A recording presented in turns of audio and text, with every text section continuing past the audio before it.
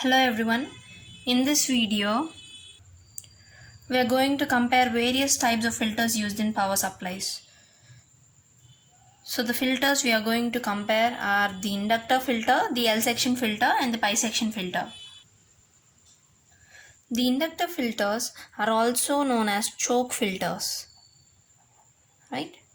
This L section filter is a combination of inductors and capacitor filters. The pi section filter are also known as CLC filters. When coming to the circuits of these three, we can observe that they have the inductors in common, the load resistance RL, the rectified input and the V0 output. So what differs here is that this inductor filter has no capacitor and the L section filter has a one variable capacitor and the pi section filter has two variable capacitors C1 and C2.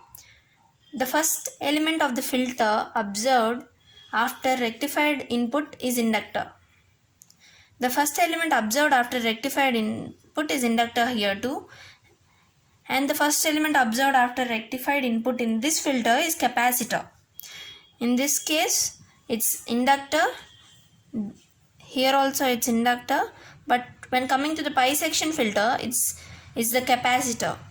So the ripple factor for inductor filter is given by gamma is equal to RL by 16,000 L.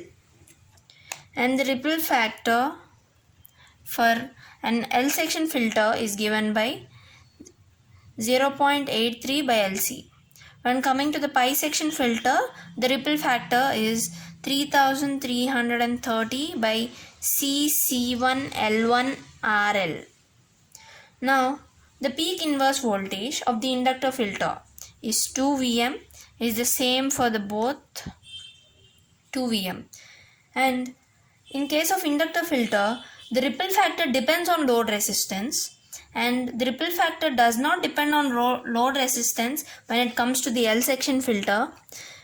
The pi section filter also has the ripple factor depends on load resistance. So the ripple voltage depends on the load current in case of inductor filter. The ripple voltage does not depend on load current when coming to the L section filter, and the ripple voltage depends on load current when coming to pi section filter. That's all we have to talk about the comparison of various types of filters used in power supplies. Thanks for watching.